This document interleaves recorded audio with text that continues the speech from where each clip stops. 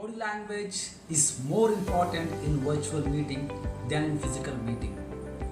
Making a lasting digital impression in real life, we have 7 full seconds to make that first impression. So people are watching the way you enter the room, the way you shake the hands with them. They get that incredible power of touch, which is the oldest and most primitive and most powerful non-verbal signal. They can gauge your intent a lot by your handshake. You can look at them really in the eyes and smile as you make your eye contact. You also see those first initial hand gestures that you make. But in virtual world, all this is lost in transition. So you need to try more harder to make that first digital impression. To communicate effectively in a virtual meeting, body language matters.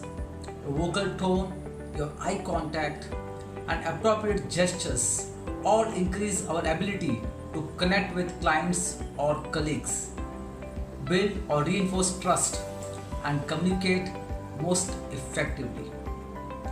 So, let's look at what are the things you can do to make that lasting first digital impression in this virtual world post-COVID, which is the new normal. The first thing is the ability to connect visually is one of the most significant benefit of virtual meeting. We have seen so many speakers keep saying, please put your camera on, don't switch them off. I like to see the audience. So visual has equal importance in digital meeting as well. Eye contact boosts oxytocin, a social bonding chemical, forging a closer connection with others on the call. It helps people feel seen, indicating that they are important and aren't being ignored, elevating serotonin, which is again a happiness chemical level. You see so many people saying, you didn't even notice me, I was standing there, right? So that's the importance of being seen even in the virtual world. Maintain appropriate eye contact. It isn't enough just switching on your video. You need to actively make eye contact. Balancing look at the face of other with looking into the camera lens so that other person sees you are looking into his eyes or making that eye contact. This is the counterintuitive and might take practice because looking at the other person in the eyes involves, of course, a bit of efforts and takes time to master it. Apart from this, remember to smile while you're making those eye contact. Smile into the camera as the camera is the window to the virtual world and it's a window or the door to the other person's world. Remember to smile into the camera and make sure that a smile reaches your eyes. Smiling at yourself boosts serotonin, which is again happiness chemical, and smiling at others boosts oxytocin. And if they smile back, you will get dopamine, which is a pleasure or a need chemical boost. Focus on your posture. Don't have a hunchback or don't sit in a relaxed position. This shows a very careless and relaxed attitude.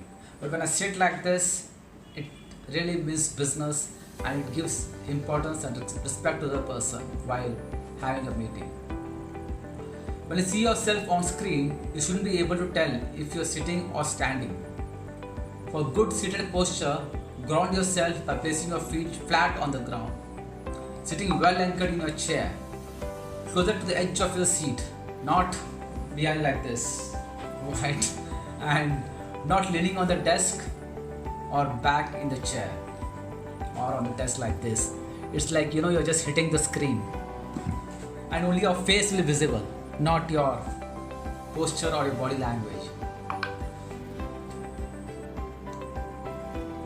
So when you are well seated, it creates a feeling of stability and creates emotional as well as mental stability by lowering your cortisol, which is again a stress chemical. So it's good to lower it and and it gives a boost to your acetylcholine, which is a balance chemical. Relax and expand your shoulder without assuming a dominating posture. So don't sit with your legs crossed like this. This is a dominating posture, right?